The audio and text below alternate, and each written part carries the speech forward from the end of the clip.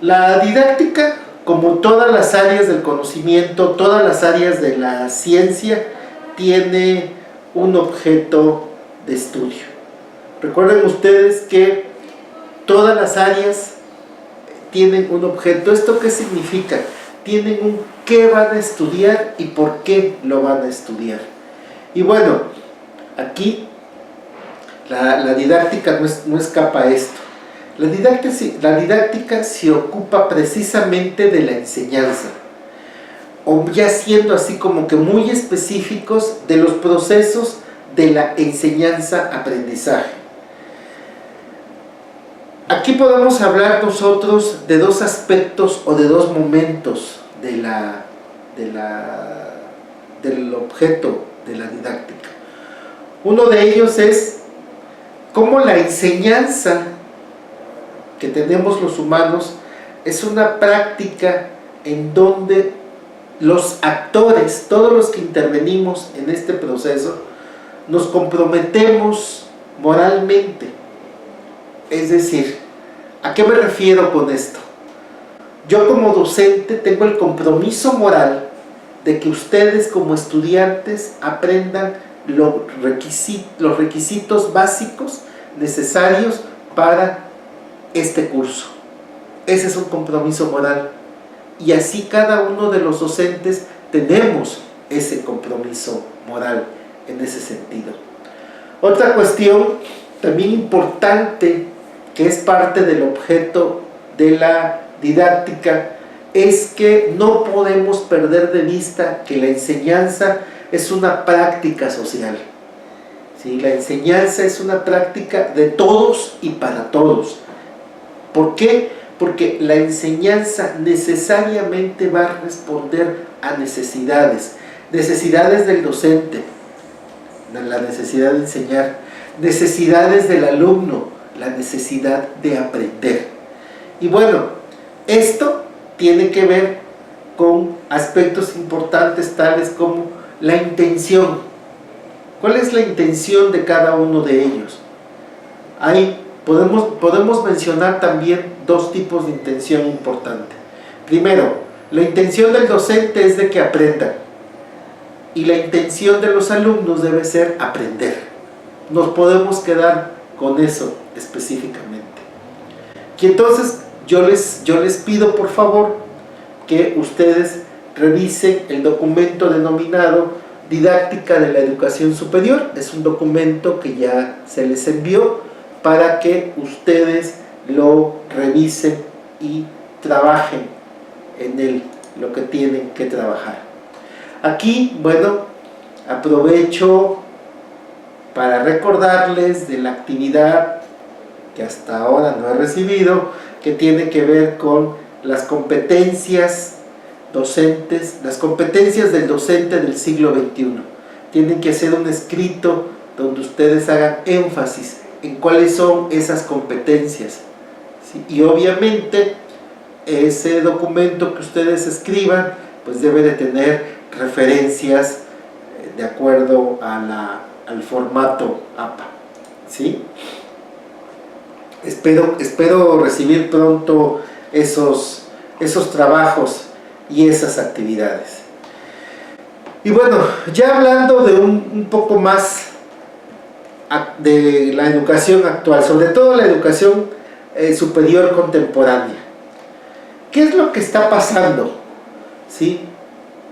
Bueno, hay algo que no podemos negar, hay algo ante lo cual todos los involucrados en educación, independientemente de que estemos en el ámbito superior, tenemos que ver y estamos viendo. Y esto es el gran desarrollo que está teniendo la ciencia y la tecnología hoy día. Muchos teóricos, muchos investigadores, muchos autores nos hablan y nos mencionan de que en este siglo XXI toda aquella información que recibamos tiene una vigencia, podemos decir, muy esporádica. La vigencia de la información actualmente es de 73, 74 días. en ese sentido. Es decir, casi mes y medio es lo que dura una información que nosotros recibimos. Cada 70 y tantos días la información está cambiando, es diferente, es distinta. A diferencia de lo que ocurría hace algunos años, donde la información tenía una vigencia y una validez hasta de más de un siglo. Imagínense la velocidad con la que la información va cambiando. Imagínense, por favor, la cantidad de datos que nosotros estamos recibiendo día a día.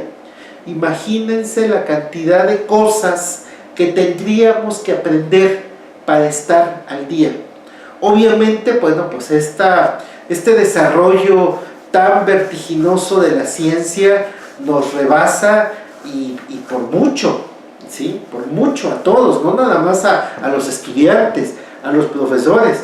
Entonces, he aquí la necesidad de estar actualizándonos constantemente.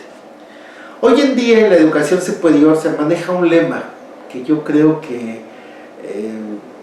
tal vez para algunos autores de hace 100 años o más les resultaría ofensivo, y que dice que el conocimiento es poder. En este momento histórico, el que tiene el conocimiento tiene el poder. Y es así, compañeros, en este sentido. Porque en cuestión de las universidades, tienen específicamente la responsabilidad de brindar a los estudiantes nuevos conocimientos. Y aquí, las mismas universidades tenemos una desventaja. Por ejemplo, imagínense, y les voy a hablar un poco de cierto proceso. Cuando uno diseña un programa académico, se tarda, ¿qué les gusta? 1 año diseñándolo. Se lleva a la Secretaría de Educación, ¿sí?, para que lo revisen, lo autoricen. A veces esa revisión se tarda 1 año o 2 para que nos respondan. Responden. Normalmente siempre hacen observaciones, algunos datos que hay que componer, algunas cosas que hay que cuadrar. Se realiza, se devuelve a la Secretaría de Educación, la Secretaría de Educación checa que ya se hayan hecho y entonces emite el dictamen de validez oficial de estudios. ¿Cuánto tiempo nos llevamos ya? 3 años, viéndonos muy limitados en el tiempo. Entonces imagínense cuando nosotros ofertamos ese programa académico, todos los contenidos de ese programa académico ya están obsoletos, ya no sirven. Imagínense ustedes, si la información está cambiando cada 70 y tantos días, ¿cuántas veces no ha cambiado la información en 3 años? De ahí entonces vean ustedes la problemática y la dificultad que se tiene hoy en día para tener información actual, información vigente. De ahí entonces también la enorme responsabilidad y necesidad de incorporar la tecnología a los procesos de enseñanza-aprendizaje, a los procesos áulicos. Y aquí quiero aprovechar para comentarles que esto no es privativo de México, no, esto ocurre en muchos países del mundo. Algunos países ya han puesto en marcha, han echado a andar programas de reforma educativa. ¿Y qué es lo que buscan estos programas de reforma educativa? Ya la forma de enseñar, la forma de dar clases ha ido cambiando, ha ido modificándose. Un ejemplo muy cercano pues es esta manera que están ustedes teniendo, y es esta manera en la cual ustedes están cursando un estudio de posgrado, ¿sí? ya ustedes están por terminar el segundo semestre y yo me atrevería a decir que los profesores pues no los conocemos personalmente. Hemos tenido interacción, sí, pero ha sido interacción virtual.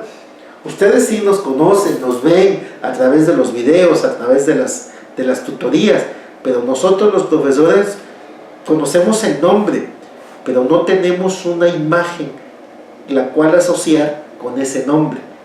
Y entonces, bueno, ¿qué es lo que han tenido que hacer estas universidades? Les decía yo, bueno, pues han tenido que generar proyectos educativos, generar reformas educativas que vayan lo más cercano posible a esta velocidad impresionante con la cual los datos y la información están cambiando. Y bueno, esto es con la finalidad de satisfacer y atender las demandas de la sociedad actual del conocimiento. Eso es lo que estamos haciendo en las universidades. Ese es uno de los grandes retos que tenemos las universidades hoy en día, a nivel de educación superior. ¿Por qué? Porque los profesionistas que egresan de una universidad deben de responder a la demanda educativa, a la demanda social y a la demanda laboral del siglo XXI. Entonces, de ahí ese importante trabajo que tenemos que hacer. ¿Y en qué nos apoyamos? Bueno, pues nos apoyamos en la didáctica. Esto que estamos nosotros ahora trabajando es un elemento de didáctica en este sentido. ¿Cuáles son los retos, entonces, que tenemos nosotros que enfrentar en el siglo XXI?